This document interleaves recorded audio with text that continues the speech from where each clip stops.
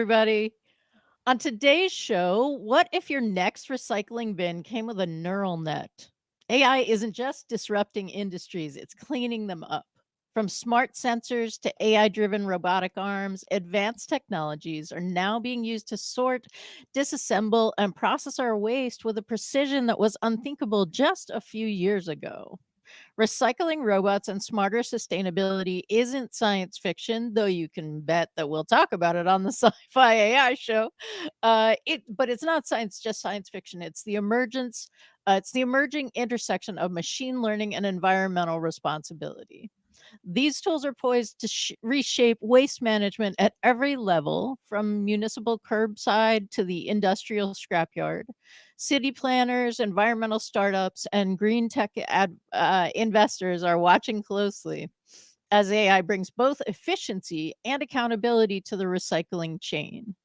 But will these innovations scale fast enough to meet global sustainability goals, or are we automating around a deeper consumption crisis without really targeting it? That's our focus for today, Tuesday, April 29th. This is the Daily AI Show. And I have with me, let's make sure, I have with me June Me Hatcher and Andy Halliday, and I am Beth Lyons. Andy, do you want to give us an orientation for our conversation today? Sure. So, environmental responsibility is something that I think we all pay lip service to, at least, and overall, globally, and here, especially in the United States, uh, recycling alongside reducing and reusing, which are that's that's really not even happening. Reduction of consumption hasn't happened, at least during my lifetime. Although maybe certain of you are listening, individuals in the audience have attempted to reduce their consumption of items that are very difficult to recycle, like plastic. But reduce, reuse, recycle is a mantra for environmental responsibility when we have so many billions of people on the planet consuming at enormous rates and without effective recirculation of those materials. And so we have problems that emerge, like the plastic island that exists in the middle of the Pacific Ocean. It's not a laughable thing. If you've seen pictures of it, it stretches for thousands of square miles, I believe, and then most plastic that's floating is just that's a tiny fraction of what actually happens to plastic in the ocean, which doesn't degrade particularly well. These aren't biodegradable, shall we say. Most of those actually end up right up against the shore. They don't work their way out into the middle of the ocean. Just the circulation patterns don't favor that. So now the question is, this fairly intractable problem, and I'll dig into some of the specific statistics on the difficulty of recycling plastic, particularly, and where we're more effective in other materials. Those things maybe could be addressed by AI. And one of the ways that we'll talk about that today is, with the ability of robotic sorters in recycling facilities, which are like what is it called? There's actually a term of art for this materials recovery facilities.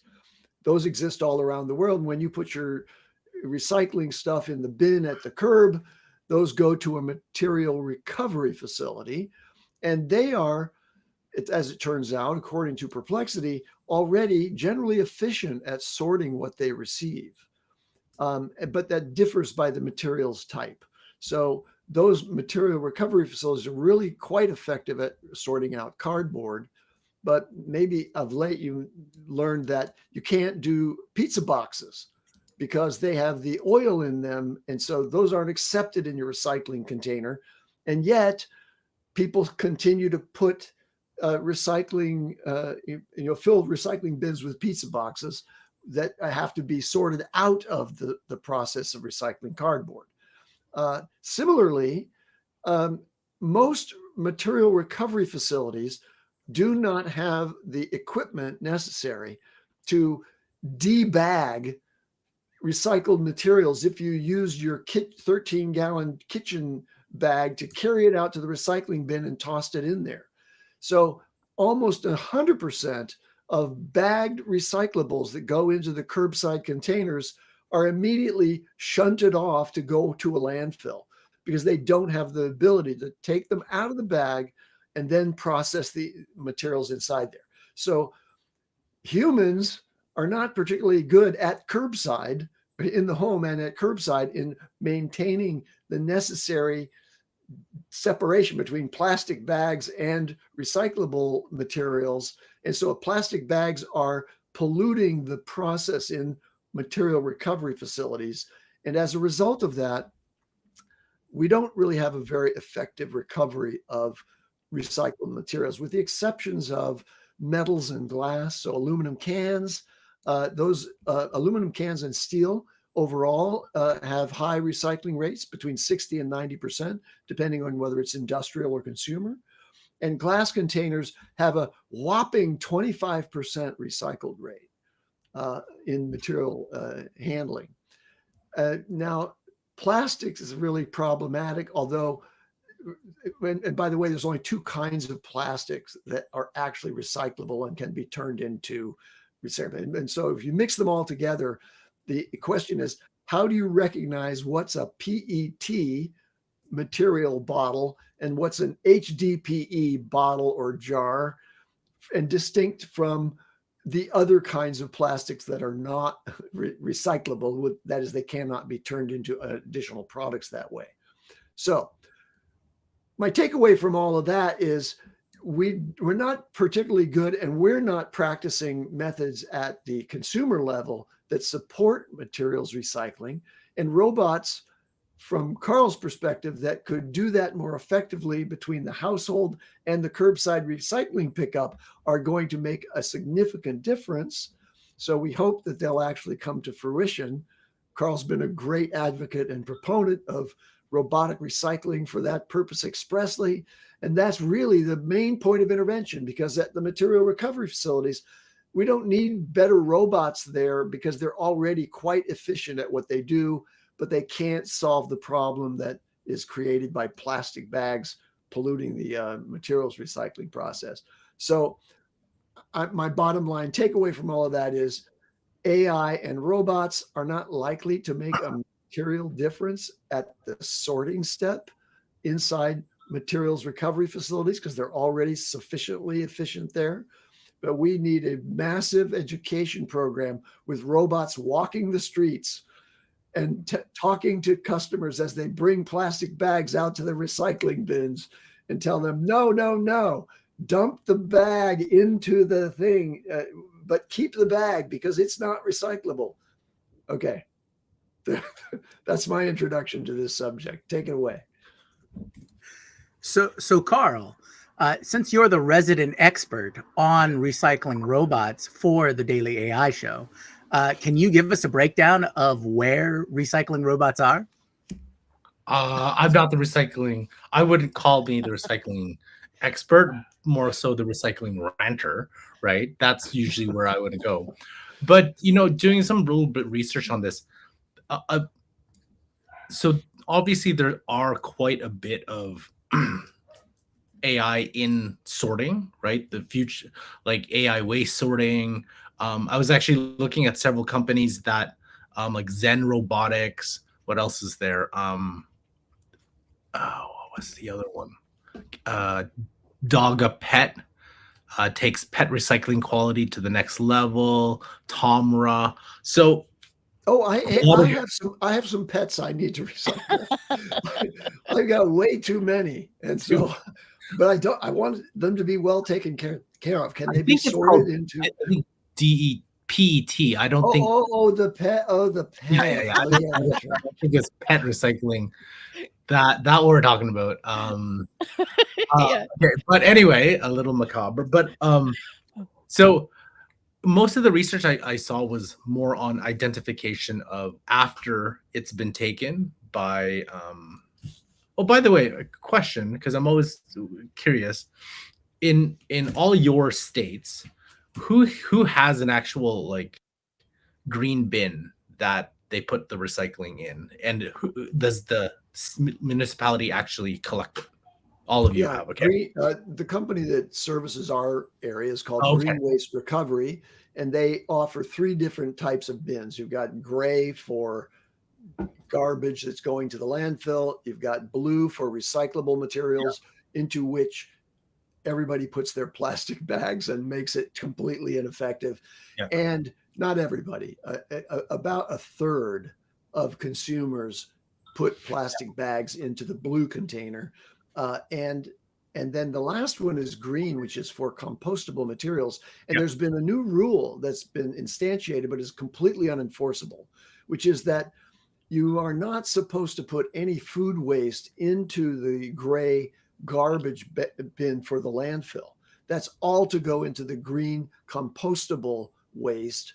And some people don't even acquire the green compostable waste container because you have to pay. Maybe it's not true. Maybe you get that one for free.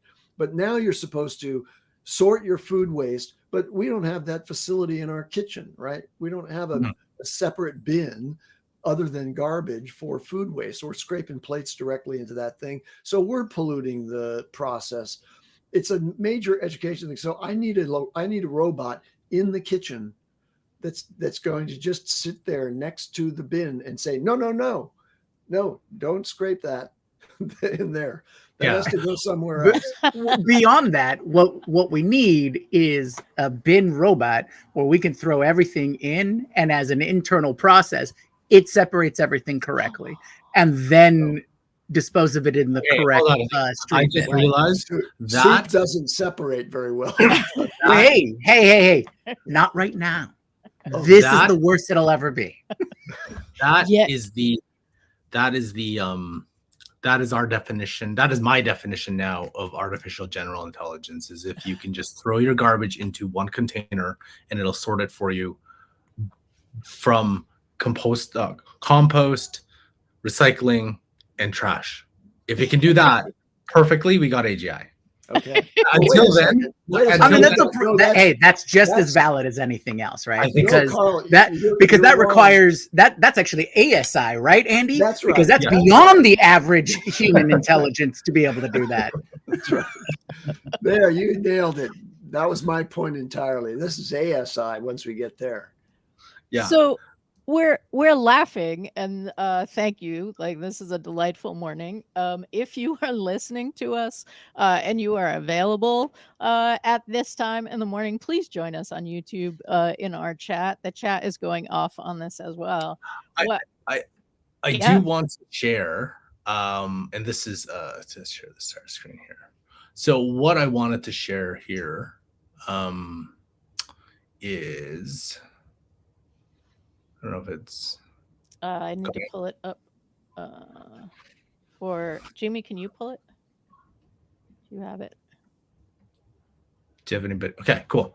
Okay, so I still think we're a little bit far away from individual household recycling use, but on a grander scale, I did see a couple of things that are happening. So, for example, you have the autonomous marine trash collector, right? This thing, and we've seen a lot of in whether it's in I haven't seen very many in Canada, but I've seen, just traveling around the world, there's a lot of like very, very trash heavy rivers and streams and so on. Not streams, but like lakes and whatnot. So this thing, amazing, amazing that it can do what it can do.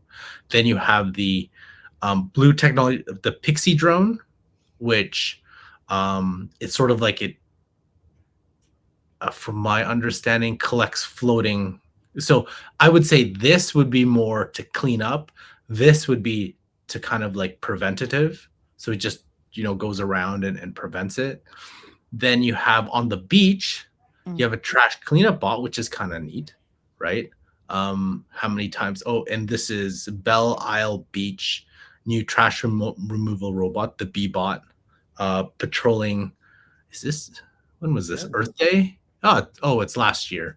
Um, So interesting. And then finally, something I saw too. Now I don't think this is sidewalk delivery robots for. What is this?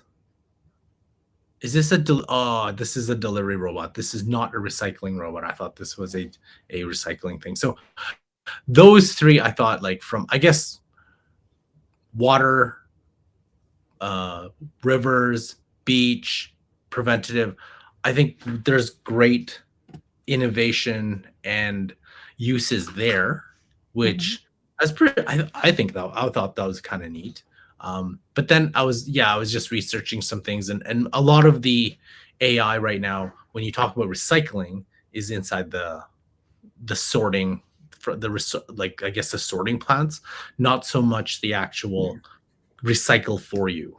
And I did see a couple of pilots, but I didn't see what they look like, that some municipalities are testing in terms of like sorting when they pick up the recycling, but I haven't seen anything else from there. So that's really interesting.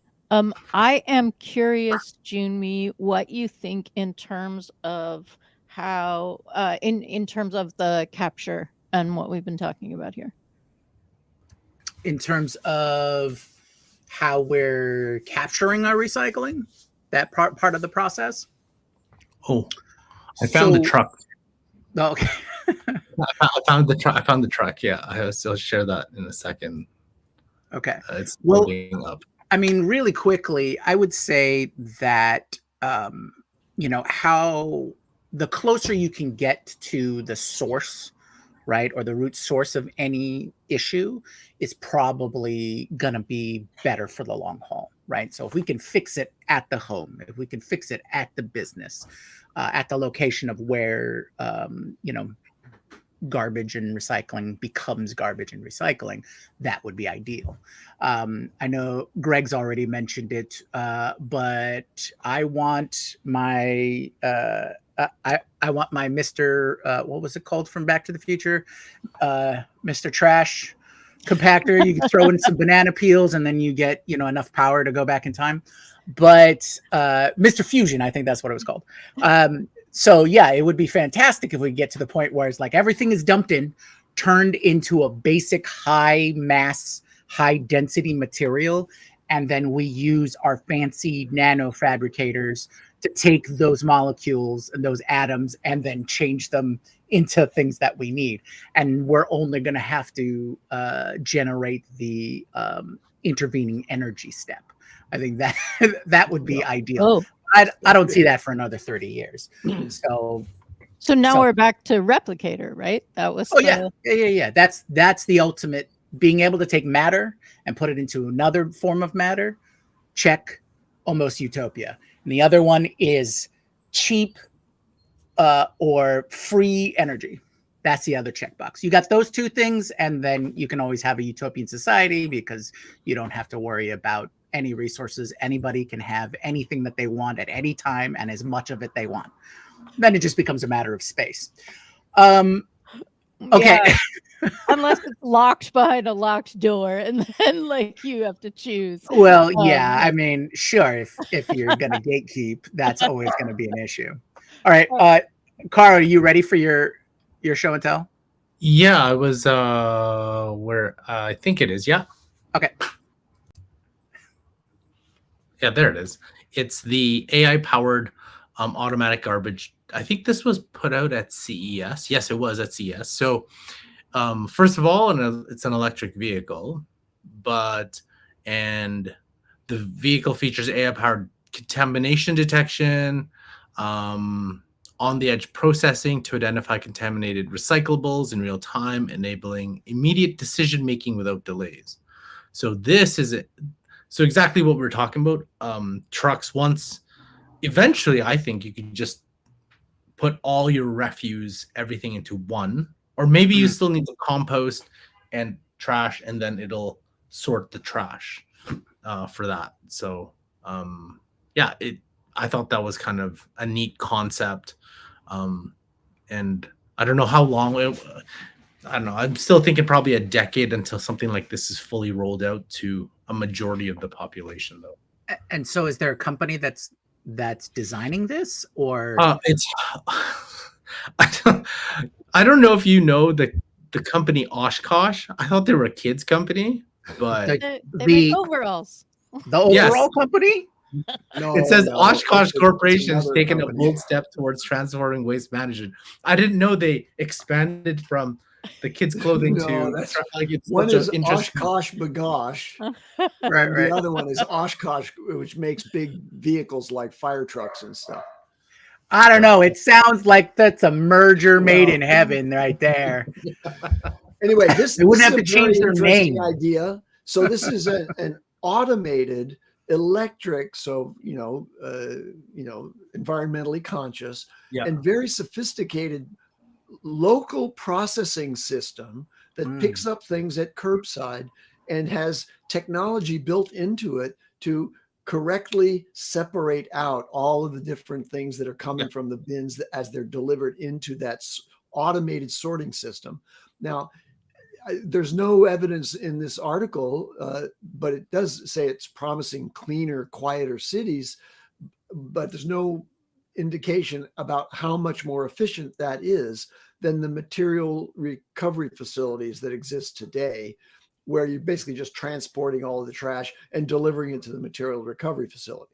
But I It did do go say back it's to the gonna. point that I made, which is about a third of recycling bin deliveries to the MRF um, are actually just immediately thrown off to the landfill because Yeah. they're in plastic bags. And Yeah. that's the opportunity of something like this, I think. I think we're missing a messaging system if all we're doing in looking at this thing that Carl has brought as is it more efficient than the thing that happens outside of what most people get to see. Even if this is inefficient, if it has a messaging kind of system, like it comes, it picks stuff up, it turns like the truck turns bright red and says whoop, right? Like this is a contaminated, well, I've just picked up a contaminated thing.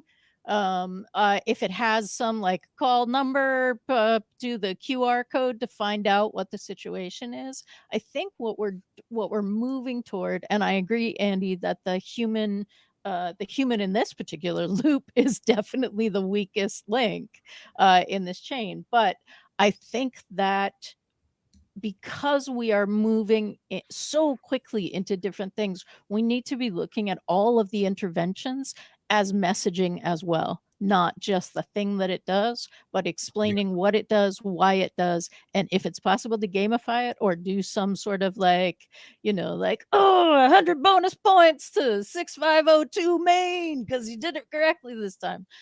Like that kind of thing, I think would be helpful, honestly, I and do. make I do. Yeah. Sorry.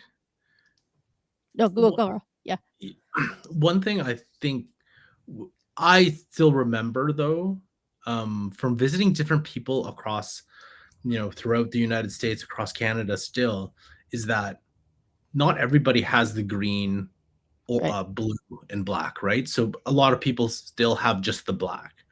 Um, some have the blue. There's many, many places that don't even have the blue, right? They just have a trash, and then you have to do your own recycling. So I think this is probably even further off for like I would say 70-80% coverage because we need to get the blue and um yeah, the blue and green bins out. And wasn't it, I can't remember, you all may know, when the mayor of New York did a photo op, him bringing out the garbage or a recycling bin, and I was like, welcome to 2010 or something. Like that's what first thing is. I was like, what?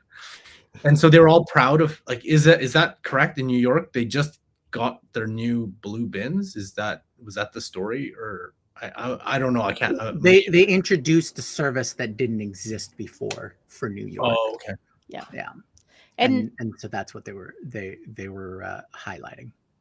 that is a piece of this too. The more dense your community, the more the less cost effective it is to enforce recycling in that community with the basic economics that exist today. I've said I live in a very high density condominium building, Yeah. in a very green place. So like lots of things are possible, but we have private contracts for our waste management. It would be completely cost prohibitive to use the city's contractor for compost. So we don't do that. Our garden club has a compost, but I would bet most of our building does not do that. And it goes week to week whether the waste management is backed up in terms of recycling. So we have the bins, but sometimes when you walk outside our building, you can see them putting the trash and the bins in the same container to take it to the place. So why are Oh, we separating it? And yeah. maybe to Yeah. your point, Andy, maybe the reason we're separating it is so that it's not contained in a plastic bag when it goes. I don't know, but that's a messaging thing too. Well, yeah. I mean, this kind of goes back to an earlier point of it really comes down to fixing it at the root, right? Like we said before, the vast majority of plastics can't be recycled. So we should change that behavior. All plastics used have to be recyclable, right? Those kinds of things. How about if the plastic bag, if something's put in a plastic bag, it's got to go to landfill? Well, how about we have a process that just removes and makes the bag recyclable? Those kinds of things, or the need for a bag. So there's all of these solutions and paths we can explore and do to fix the root issue. And I think one of those things is there are certain things that people think that you need to live, but they don't put it in the context of how to live modernly. It's always a primitive things, like you need air, you need water, you need food, you need shelter. Yes, you do know you need those things. But now a requirement is you need electricity, you need transport, you need education, you need health. These are all requirements for modern life. And one of those things, if you have ever seen a garbage strike, if you have ever experienced a garbage strike, that is that's a requirement of modern life, because I have seen garbage go up to like 6 foot high in front of everybody's house, Yeah. because there wasn't a strong system there, and there wasn't an understanding that that's a required service for day-to-day life now. So again, it goes back to those roots. Now, how can AI solve for those? We've covered stories in our news, in the last few months that talk about new sensors, right? And talk about that singular bin. When you have the sensors that can see and through vision sort, through olfactory sort, know what's going to be organic or biologic garbage versus paper or I guess metal and glass and those kinds of things. So I think there's definitely improvements going down that line.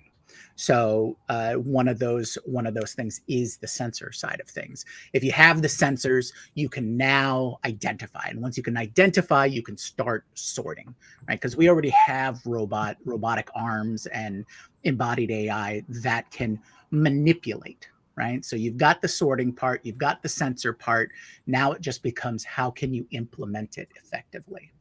So there are solutions, and I think we are getting those components needed to achieve that ultimate goal. But we're definitely not there I yet. think we've kind of identified one major structural problem with the whole intent to recycle various materials. And that's at the front end, like at the consumer knowledge and practice space, right? In the household, at the curbside, et cetera. But there are other obstacles to it. For example, just economically, the process of sorting and recycling plastic, particularly, is more expensive than buying virgin plastic, even at today's high oil prices, right? Because oil is the foundation source of everything that's then turned into plastics. So there's no motivation in a capitalist system to do anything but what is least expensive and therefore most beneficial to the shareholders of the companies that are generating plastic items. So that's one big obstacle. The next one is technically there's thousands of types of plastics and there are only two that are really meaningfully recyclable.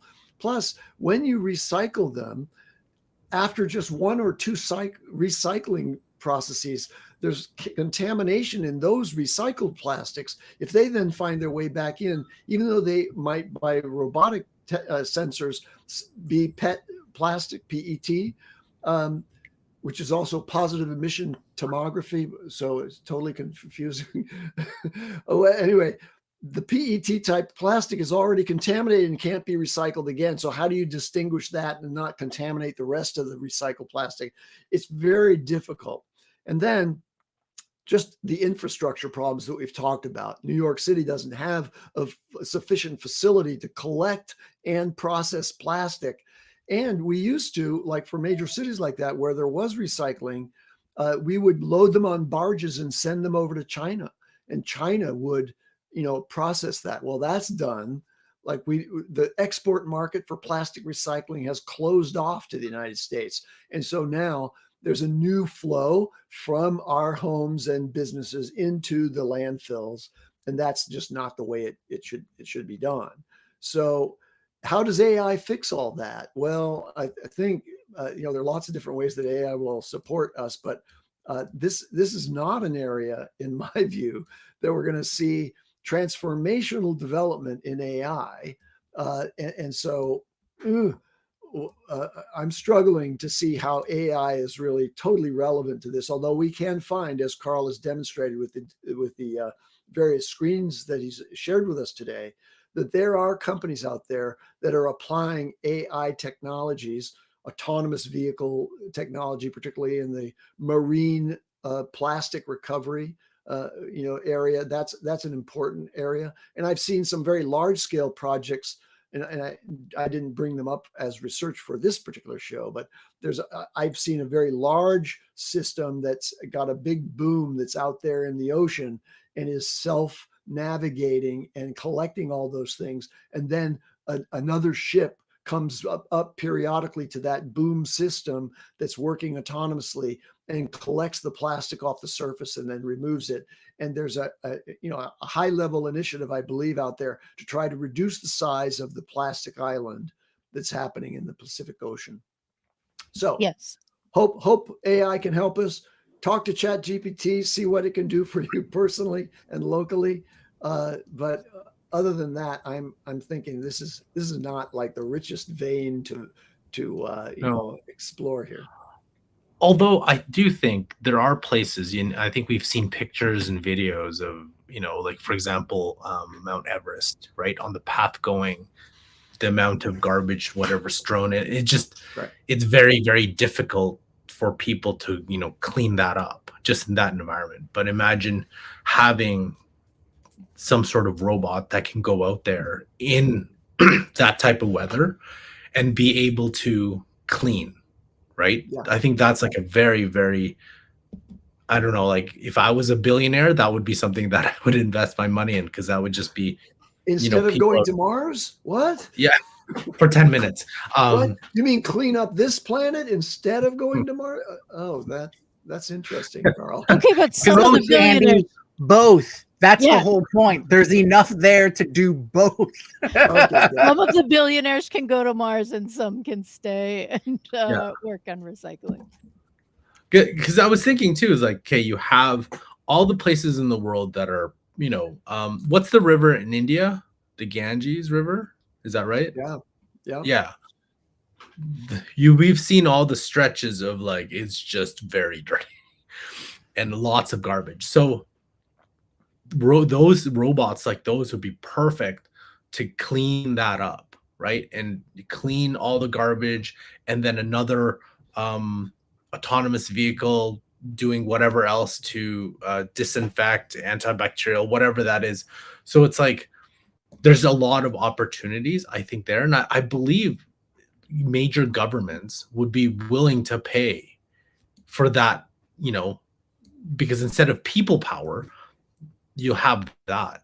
And again, as a billionaire, that would be something that that'd be a worthy cause for you to invest in and go in.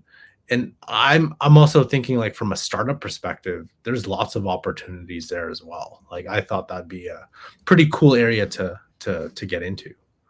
So one of the things that I think is important in this conversation is what you're talking about. So we started this like as a recycling conversation. Can AI come in and help us with recycling? But perhaps the conversation isn't what how can AI come into the existing recycling environment and make it more efficient, but perhaps let's look at the whole process and have AI know that our goal is to have to save whatever we can save and to reduce the amount of trash that is happening on the planet, right? That may not be that it's a better sensor to split things. That may be I don't know what it will be. I would be interested in hearing what AI would say. But to your point, Andy and Junmi, about the plastics having a very small shelf life in terms of recycling, glass is not that, right? Like glass can be reduced to sand and then made glass again. And I'm not sure, but I don't think that the contamination to that is the same at the same level. Maybe that's the place. Maybe that's a place where like those little bits of plastic can come out of that. But I'm curious whether if we gave AI not the process we wanted it to make more efficient, but the goal, if we would discover some other things that have not been tried or made more efficient. Yes. I think there are materials that exist today, and with advancements in AI to help material science, we could come up with materials that are far more efficient, environmentally healthy, or sustainable, have a 100% recycle process so that we never lose anything out of the system. There could be all of those things. But until other systems are changed, it will be guided by the fact whether it can be done inexpensively and have a profit. So that's kind of our key framework right now. With our current system, it needs to be profitable. It's the reason why we don't, we don't try and distill ocean water for all of our water needs, because it's more expensive than using our freshwater systems and our aquifers and things like that. I mean, we've got whole oceans of it. But I'll digress from that point. But that's the framework that we have to look at it. Is like, okay, can we use AI to come up with a profitable way, or change root systems?